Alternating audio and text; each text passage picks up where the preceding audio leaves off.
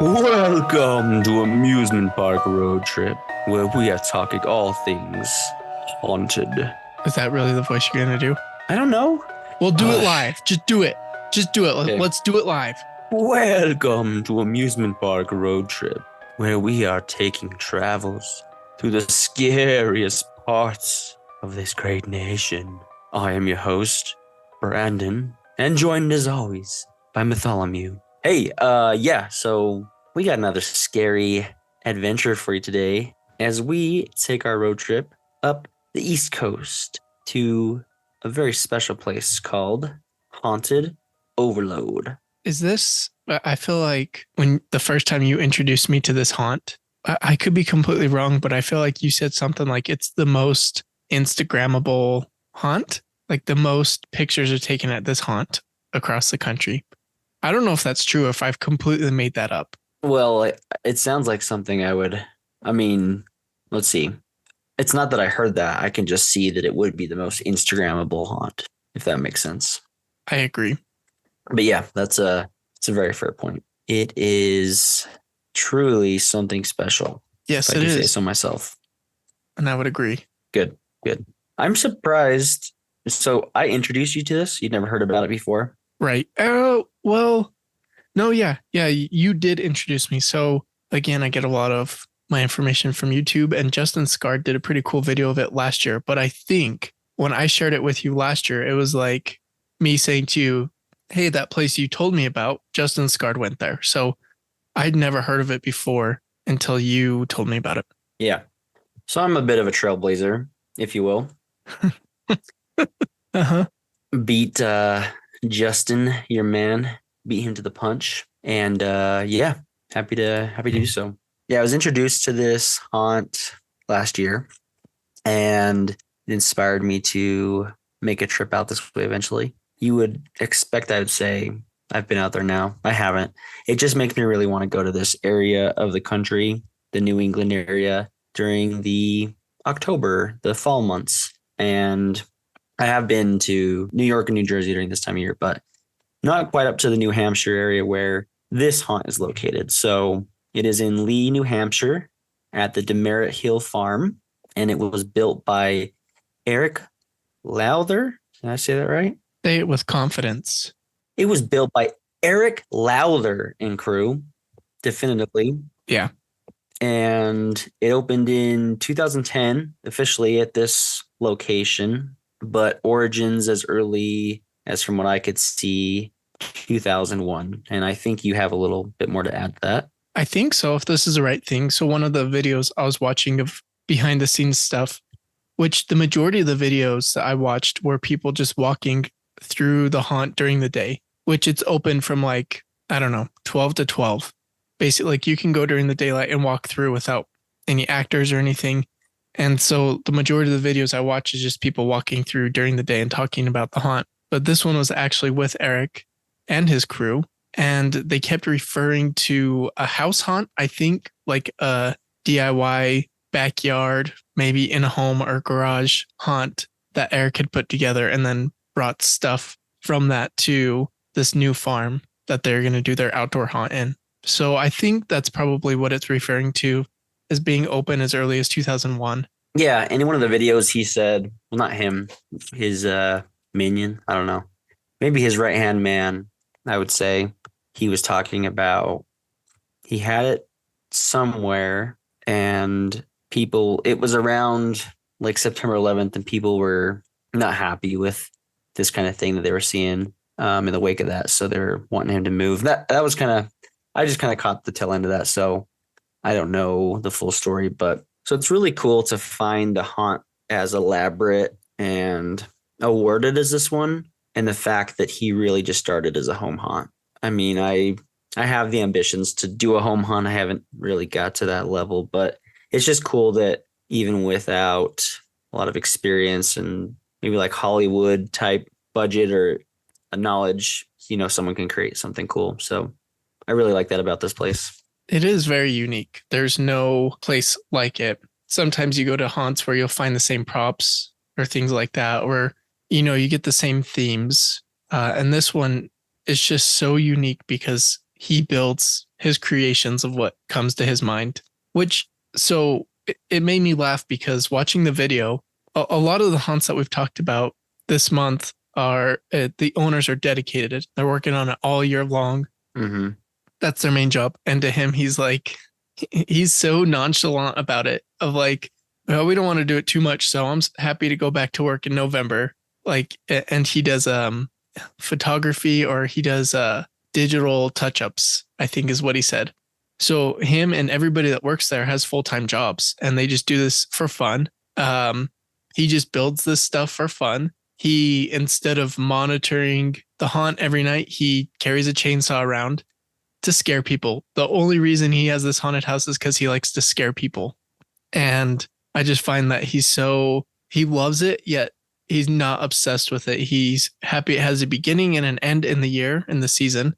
He's happy when it's done in November and goes Move back on to the his next year. Yeah, back to his regular life. And he built, like I said, he builds all his creations, and they just figure it out. They're like, what do we want to build? All right, let's start working on that and figure it out from here. So it is very unique in that sense that a lot of the haunts, like I said, there's so much time and effort Full-time job put into it. Yeah.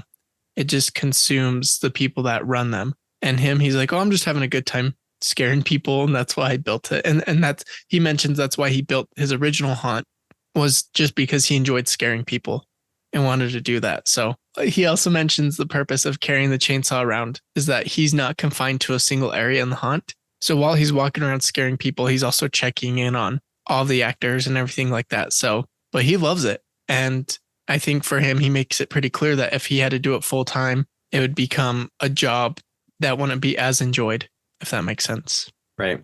Yeah, totally. But yeah, he seems like he's the main one in charge. He's running the show, and at least in the videos I watch, he's got a lot of people helping him. So it's definitely not a one-man job, but yeah, I don't know where I was going with that.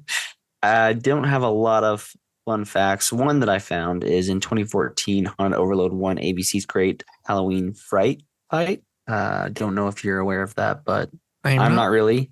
I want to be aware of it. It sounds something I'd be interested in. So yeah, that's pretty cool. And I think one other thing to add before we take a walk is that if you go to their website, it has the backstory of why the forest is haunted. And it tells a pretty elaborate story of a stranger to basically a village showing up, and that stranger being a demon, and people, I think, execute him or hang him. And as soon as they hang him, they realize they've hanged a demon. And then that's what the demon like curses the land. So it's pretty cool backstory. If you read that on their website, it gives you a better idea of kind of where you're going and might add to your experience. Yeah, absolutely. Well, let's take a stroll through the haunt, shall we? Let's do it. Okay, so my favorite ride here is they have you on like a giant chainsaw that spins around. Did you see that one? No. Oh, okay. Sorry, I'm thinking of something else. Yeah, there's no rides here, obviously, because it's actually, why aren't there haunted houses that are ride-based? I think we're onto something here. You see where I'm going with this? What? Wait, you're saying a haunted house that's themed around rides? Yeah, you go to the haunted house is like a carnival or an amusement park. Not that an amusement park is turned into a haunted house or whatever. Like that's the theme, amusement park. And we are the perfect podcast to do this. So I think we just found our calling in life. So this might be our last episode. We're going to have to focus our efforts on other things after this.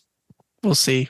We'll keep thinking about that one. All right, fine. We'll keep thinking about it. But I feel like we're onto something gold here. So I'm going to chase that. But as for now, we're talking about the Haunt Overload. And it's kind of different than other ones we've done so far because it's kind of hard to nail down rooms, as you would say, or sections.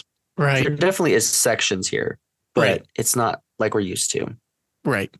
I would say 85% of the haunt is outside. Yep. And that's why I love it so much, because I just love the outside ambiance. And so that's why it's got a big stamp of approval from me from the get-go. But they do a lot with as much open space as they have. And so, yeah, it's kind of hard to walk through it because I can't really pinpoint a lot of the areas. There's a couple that I can mention, but you Right. walk Yeah. in and there's kind of like a Reaper section, and there's these, how would you describe those things? Kind of this, I want to say hay, but it's not hay, but like things built kind of like stick looking things. I'd imagine they use them to burn or to like set it on fire and it like burns. I don't know. Do you know what I'm saying? For whatever reason, I can't imagine what you're talking about right now. I'm not That's okay. seeing. It's not a scarecrow with like hay. No, it's just like kind of like a just forget it. I don't even want to talk about it anymore. You walk in and you're just outside and Well, they hold on now. have oh So are you walk in or are you outside? you don't walk in. Yeah, good point. You enter the haunt. Yeah. You enter from normal life to the haunt portion. Is that, can I say that? Is that accurate? Yeah. Sure. You leave Okay. yesterday and enter the land of tomorrow. Not that's not this episode, my friend. Oh, But okay. you enter into the haunt portion, and what they've done is I can only describe them as teepees. It seems like there's a lot of teepee type structures around that you walk through at the beginning, and they've got stuff inside them and people inside of them. But that's a lot of what the haunt is just walking through these covered areas, but you're still just outside the whole time. And I think there's a reason for that, which again made me laugh as I watched the video of him going through, and in the covered areas, there are regulations for if this area is so long, you have to add a sprinkling system. And he's like, oh, I'm not going to do that in case it catches on fire. I didn't catch that. And he's like, I'm not going to do that. So I'm just going to make it like a foot shorter than regulation or whatever. So that's why a lot of the buildings are so short that you like quickly walk through them. And even if it's a longer building, there'll actually be an opening. So you're like walking through and maybe the walls are consistent, but there will be an opening above you. And that actually separates the building so that if there was a fire, there's a way for the smoke to escape. That is very smart. It's very clever. He also built a lot of the stuff around the trees, again, because the trees create a natural opening for if anything caught on fire, the smoke would just escape through where the tree is popping out of the house. I will say something, and I don't want this to come off as a critique because it's not, but I feel like this is the haunted house where you'd be most likely to have a significant injury. Oh, for sure. There was a party's walking through and saying, oh yeah, this is all original, like from a meal or whatever from some kind of a shop. And I'm like, yeah, I can see lots of spots in there and just wood that's poking up. Like you could get impaled very easily at this haunted house. And I probably would because I'd be so scared I'd run into like a tree or something or a rusty nail. I'm sure that they're much more safe, but it has at least the image as you're walking through it or watching a video of somebody walking through it, that there's things that can impale you and harm you significantly. I don't want to side tangent too much, but when I was younger, I went to a corn maze and outdoor haunt with my friend Anthony, and we linked arms to walk through. We were 11 or 12. I was terrified. And there was one part where a chainsaw guy jumped out at us and started chasing us. And we full on sprinted right into a fence and we hit the fence. So the way I remember it is I bounced off the fence. And while Anthony watched me bounce off the fence, it confused him. And he stared at me as he ran straight into the fence. So that's amazing. Yeah. This would not be the haunted house for you and your friend to link arms and go to. Yeah, no, they've got to guide you somehow. And there are paths that are set by like rocks and stuff. Yeah, I'm sure it's safe, but I'm sure that there's also instances where people get hurt. You know, it's outside. I went to a haunted house last year that was outside for the most part, and I come away with some bumps and bruises. The ground's it's not just even going to happen. Yeah. You're going to roll your ankle. But we still love it. We still love the outside stuff, you know? What have we turned into? We're not enjoying the haunt anymore. We're looking at all the ways you can roll your ankle and not sleep well because you went through a haunt. I'm just being practical, okay? Trying to talk myself out of ever going to one again. And you too, because you try and pull me in. But anyway, there are some special things about I mean, I feel like the way I'm describing it doesn't sound that cool, but it really is. You need to watch the videos to do it justice. But there's some sections that are really stand out and special. They've got kind of a haunted mansion building, and they actually built it themselves. It reminds me of the house from Psycho, Mm-hmm. which I think is a very popular house style. There's like one original that the house from Psycho is based on, and then a lot of people use that design. So I think it looks very similar to the Psycho house. Yeah. Yeah, it's a Victorian style is the way Right. someone put it. Right. And my favorite style of house. But even when you go in the house, it's still not covered. There's portions where it's open and just the elaborate theming they have in there. They've also got, I don't want to give away too much because we want to talk about some of the stuff as we get to it a little bit later, but they do have some kind of themed areas. They mentioned a hillbilly section. They've got a witch section, a carnival section, kind of a doll section. There's a church area. So there's definite sections here. It's a little harder to distinguish between traditional haunted houses that we're used to. I think it's the vibe that draws me the most to this place. Yeah. While I was watching it the whole time, the thing that was on my mind was if I was completely by myself, like it was the end of the world and it was just me, would I rather walk through a haunted house in a warehouse or some building, or would I walk through these woods here? What is creepier, being by yourself? And you would think being in a warehouse that's designed as a haunted house would be scarier, but there's something about those woods that is just very, very, very creepy. You're right. It's the vibe of being outside. Even like if you get terrified in a haunted house, there's exits everywhere, which will basically take you right out of it. And here you're exiting. You just have to walk back through the forest, I guess. I don't know. Or there's like methods. If you get scared, you could just look up and see the ceiling. I do that sometimes where I'll look up, see the ceiling and be like, that's right. I'm just in a building. But here you're completely surrounded. And I find that more terrifying than being in a building where they can more or less control the environment and what exactly you're seeing and all of that. Here you're completely open to the elements, to everything. It puts you off guard even more. Agreed. Yeah, well, that's we'll get to our favorite parts, but before we do that, we need to have a quiz. Sounds good to me.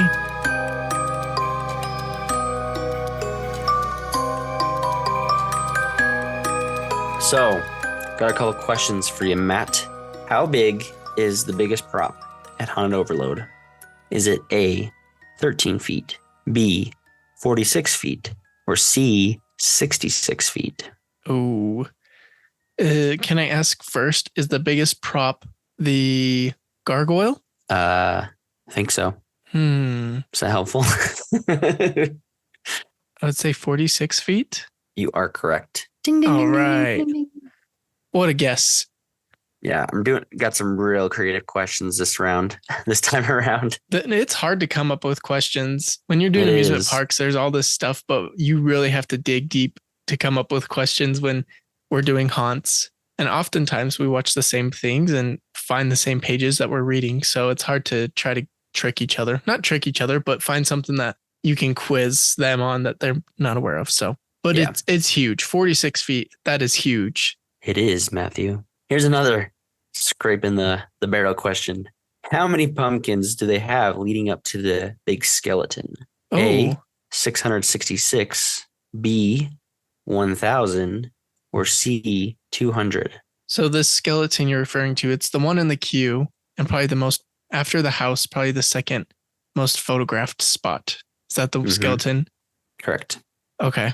And these are real pumpkins. I'm going to say C, 200. Ding, ding, ding, ding, ding. I tried to throw you off with like the 666, because it's a scary number, and 1,000 is just way too many. So 200 is the correct answer. You could have given me 13. That's another scary number. Well, that's what I did on the first question, but there's a whole 13 pumpkins. Whole 13 pumpkins. Look at all 13 of these pumpkins. I could have done 133. That's close enough. Okay, final question. A portion of each ticket sold is donated to what organization? A, Pope Memorial Humane Society, B, Pope Memorial Hospital, or C, Pope Memorial Candy Store? Oh, Pope Memorial Candy Store does not sound It doesn't sound real. Although the last time I said that, Okay. that was the answer. Okay, I guess we'll see. We'll see. So Pope Memorial. See, it could be that name Pope Memorial makes sense for a humane society and for a hospital. Doesn't Pope it? Memorial Hospital.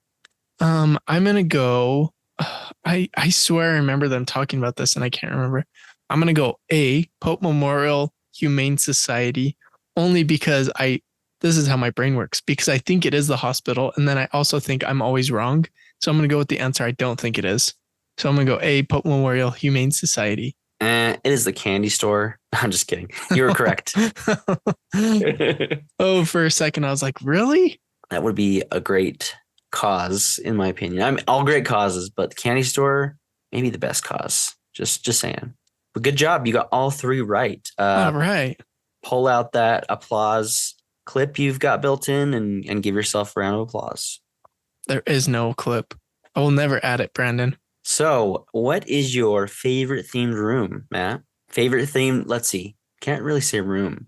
What is your favorite themed section or favorite thing about this haunt? We'll say. The favorite themed. Oh, this is tough because there's a few that come to mind. The coming, I guess, my favorite part would be turning the corner and seeing the giant gargoyle on top of that building. And right now, I'm blanking on what that building even is. Yeah, I But couldn't tell you. the gargoyle is massive, and the sound. That's the It's other thing. 46 feet tall. Yeah, that's the other thing we haven't mentioned is the sounds that are playing throughout the forest as you're walking through. It's just creepy noises. I don't know how else to say it. And So, the fun gargoyle. fact, they don't play any sounds. That's all just natural forest creepy sounds. That's not true. Okay. Nice try. Because the only reason I know that is because they're like, turn the sound on in the video. The gargoyle like screams or screeches every 30 seconds. Bellows. And so, but it's a sight to see. That's for sure. It looks amazing. And again, that was something that Eric built by himself. Yeah, that's a good one. What about you? I'm going to say, oh, man, I'm going to have to do my top three. I'm sorry. I can't narrow it down. Number one for me, you have an outside haunt. You have to have the one, the only, who am I going to say? Santa Claus. Santa Claus. You always have to have Santa Claus there. No, my all-time favorite villain, monster, creature, whatever you'll call it, Headless Horseman. They've got a Headless Horseman walking outside the haunt. I don't think they have one inside, but it greets you as you're waiting in the queue. And chef's kiss, best thing, especially for an outside haunt. Number two, those dang trains, man. They built these trains that are just massive and so scary when they turn them on. One's a pumpkin face thing and the other one's a skeleton. Yeah, the pumpkin face one's awesome. They're so cool. And the third one, going through the Haunted Mansion area, the theme kind of is death portraits. And that's so unique and cool and creepy. As you walk in, you see a lady and a man kind of in their death portrait. And there's a light bulb flashing that it catches you off guard. It's just so subtle and scary. And I just love it. So sorry, I couldn't narrow it down, but those are my top three. That's all right. What do you think is the scariest area or thing in here? Well, there's two. One's more of a psychological scare, though. There is a witch church, which I do not like. It's just the vibe. I do not like when they go in that room. It's dark. I don't like it. That's all I can say about that. And then the other one that is the psychological scare is the mine shaft. And the reason this is a psychological scare is because it's built on a hill. So it feels like you are legitimately going down under the ground and you just keep going further and further and further when you're really just walking down a hill. But the way they have it built, I would not like that feeling at all, of feeling like I'm going under something. It would make me very uneasy. So those two parts, I would not be thrilled to go through. I would be thrilled, actually. You'd be extremely thrilled. Yeah. Your thrills would be through the roof. Yeah. There's just some things that I don't like and I don't want to mess with, and a witch church is one of them. So, yeah. Okay, I'll be honest. Anytime you're at an outside haunt and you have those portions where you go inside, that's always the scariest thing to me. You go to a normal haunted house, the whole thing's inside, no big deal. But there's something about you're outside in the open. I feel a little more safe. But then when I have to go in and out of things, that just psychologically just messes with me. So there's a lot of that here, and I'm gonna give that my scariest thing about this haunt. So it's all in your head. The fact that it's an outdoor haunt and then you have to go into something is what Yeah, scares you the most. yeah. So it's kind of like there's this ride where you're on this caterpillar and you're inside for the whole thing, but there's this part where you go outside. Then when you go inside, it just gets really scary. Okay. It's kind of that same vibe for me. It sounds like you have some childhood trauma around that. No, I think I'm fine. But that is an interesting thing. I guess I've never been to an outdoor haunt like that where it has indoors as well. Like I mentioned, there was a corn maze I went through, and then there was a second part that was a haunt, but that was still all outside. You'd walk under a tunnel, but it was still outside. Like, so that's very interesting. I've never thought about that before. For me, I think it's an element of they can only control so much when you're outside, I guess. You go inside and you don't know what to expect. You kind of get used to being outside and what that's like. And then going into a new spot, a new inside portion adds a new element of scary to that it's going to mix up what you've been used to for the last little bit. I don't know. Maybe that's the best way I can describe it, but Well, in this case too, also, it might be the fact that when you're outside, you feel like you can see your surroundings more. And when you go into something, you don't know what's around the next corner. that's true. So I've never thought of that, but that's really interesting. It's sound thinking is what it is. My mind isn't sound, but my thinking is. Oh, that makes sense. I was going to say, I think a funny thing that's another terrifying thing about this haunt is that there are so many mannequins. And the reason I find that funny is because if you go to a normal haunt, that wouldn't be a terrifying thing. Like that's the video I watched. I keep mentioning like this is a thing of the 90s, and yet they do it so well. And I couldn't agree more. There's mannequins everywhere. There's mannequins where people are walking through the day, and you're like, I know that's not gonna jump out, and yet you can go face to face with it. And I'm like, that thing's real. I'm telling you, somebody's gonna like move. Just the way that they've created that and put mannequins all around. I can't imagine going through at night and being like, is that a person or a mannequin? And half the time you're going to build it up and be more scared, and it's nothing. Yeah, but just wondering, they have these in one of the videos they're explaining they've got these like body bag type looking things and just the level of decay that they've let it have just so it gets even more scary. Just wondering if one of those is real and it's going to grab you. That's pretty terrifying. Yeah. No, thank you. We'll get to maybe the saddest part of our questions. Does it have a waterfall? And there's no evidence of waterfall. No, there's no evidence. I really want to count. It's an outside haunt, so if it rains, water's going to be falling all over, but it doesn't count.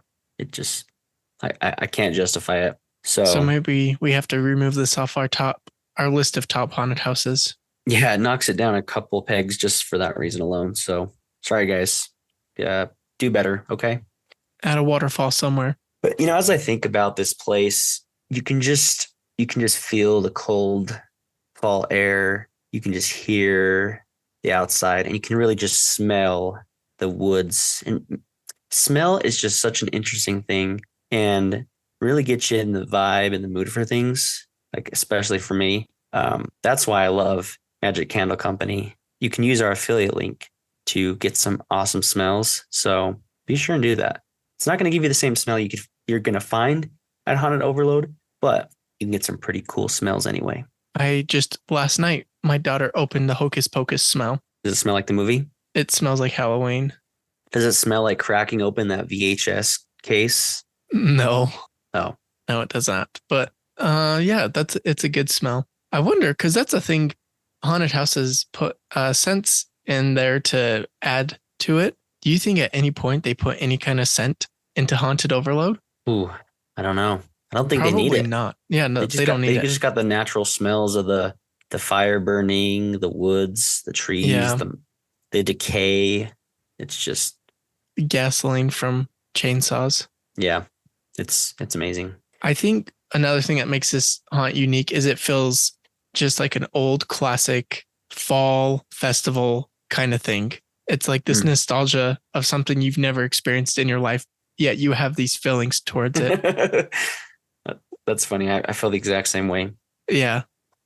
So it really is such a unique and cool place, and I would love to go there. Well, you answered my next question is if you really want to visit this place. It sounds like that's the case, and I'd have to agree. The I answer is I definitely would want to check like it out. to. And the truth is, I will probably never make it that way. Oh, man, you just got to be such a downer. Yeah, just one of those days. I will get there someday, even if it's my spirit that makes it that way. You die and you're like, what do I can do anything right now. I want to go to Haunted Overload. Next question, is it actually haunted? Well, if it's not, it's going to be when I get there as a spirit, obviously. But it's New England, lots of history, lots of old bones. It has to be haunted, right? No, It has to be. I think ghosts only live in houses, particularly old houses, and only come out at night. I don't know. I never came across any of the workers or anybody going through saying, like, now they say you'll feel somebody tap your shoulder at this area or something like that. I'm sure there are there's got to be animals, right? They're in the forest and there's Yeah. chipmunks all over because they talk about that. So you got to constantly be hearing noises in the distance and nobody's there. So maybe in that sense, you people are like, it's haunted. I heard something and nothing was there. Yeah. I mean, just look at the history of the area. That's what I go to. It's got to be haunted. There was witches and stuff going on. There's something there, you know? There has to be. Yeah. But nothing definitive that they've said or pointed out. Maybe their backstory is true from the Maybe. website. It's being haunted by a demon. Yeah, you might be right. You know what I'd say? What's that? If I got there. I'd say, hello, demon. It's your boy, Matt. Hey, demons. It's your boy. Oh, it's so good. Well, any final thoughts on Haunted Overload? You know, we may have not done a perfect episode, but even if we did, even if we had the greatest information and shared it perfectly, nothing that we could say would be better than the actual experience. And so I hope we've done a service by introducing this haunt if you've never heard of it. But I hope that us describing it was not a disservice of like, oh, I've heard enough about it. You really need to check this place out, if that makes any sense at all. No matter how good we could make this episode, it does not live up to how amazing it actually is. And even if you have to watch it online, if you can't make it out there, it's just incredible. That's something you have to see. Now, I might get in trouble for this because I haven't cleared with Matt prior, but I will say any money we make off this episode, we will donate a portion of the proceeds to Pope Memorial Candy Store. Yes. Do I have your blessing to do that? Make that promise, Matt? Yeah, we'll donate it to the candy store. Okay. They need our help. They need our proceeds. So what kind of candy do you think they got there? Candy corn? Candy canes, candy corn, and syrup. What's your favorite fall candy, Brandon? Oh, man. I don't really have a favorite fall candy, to be honest with you. I go more for the fall baked goods. Got a good apple cider donut. Oh, boy. Oh, yeah. Oh, buddy. A Reese's pumpkin can count as a fall candy. Yeah. Let's say that. That'll count. But really, any trick or treat Halloween candy, I'm down. Some chocolate, I'll take it. But I do not like candy corn. I'll tell you that. Oh, really? Not a fan. I loathe it entirely. That's funny.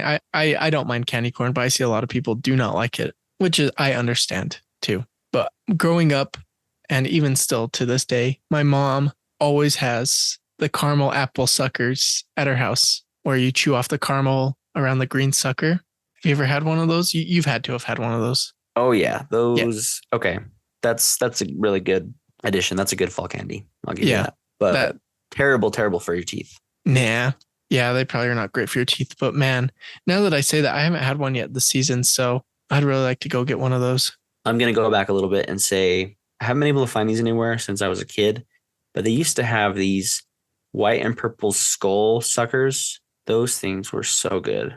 Did you ever have one?